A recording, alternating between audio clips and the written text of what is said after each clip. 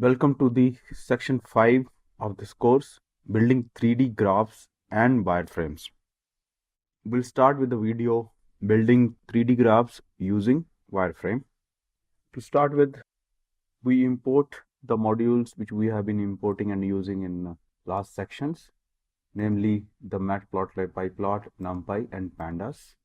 However, in this section, we are going to use another module called Matplot3.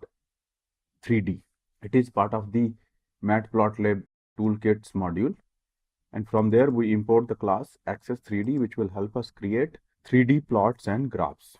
Let's import this. To create a 3D plot, we first draw a figure by calling the figure method on the Matplotlib3 submodule. We then use the access method to project a 3D graph. Let's run this code. As you can see, it has drawn a blank 3D graph on the screen. It's blank because we didn't supply any data to this. Let's fix that. In this cell, we call the figure. We add a subplot with projection 3D to this figure.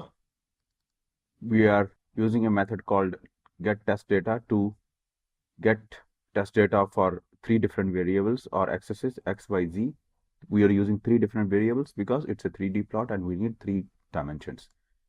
We are then calling the plot wireframe method to create the wireframe 3D plot. We are passing our data and we are setting the R stride and CS stride. And finally, we are calling the show method to display our graph. And here is the first 3D graph with data we drew. This concludes this video.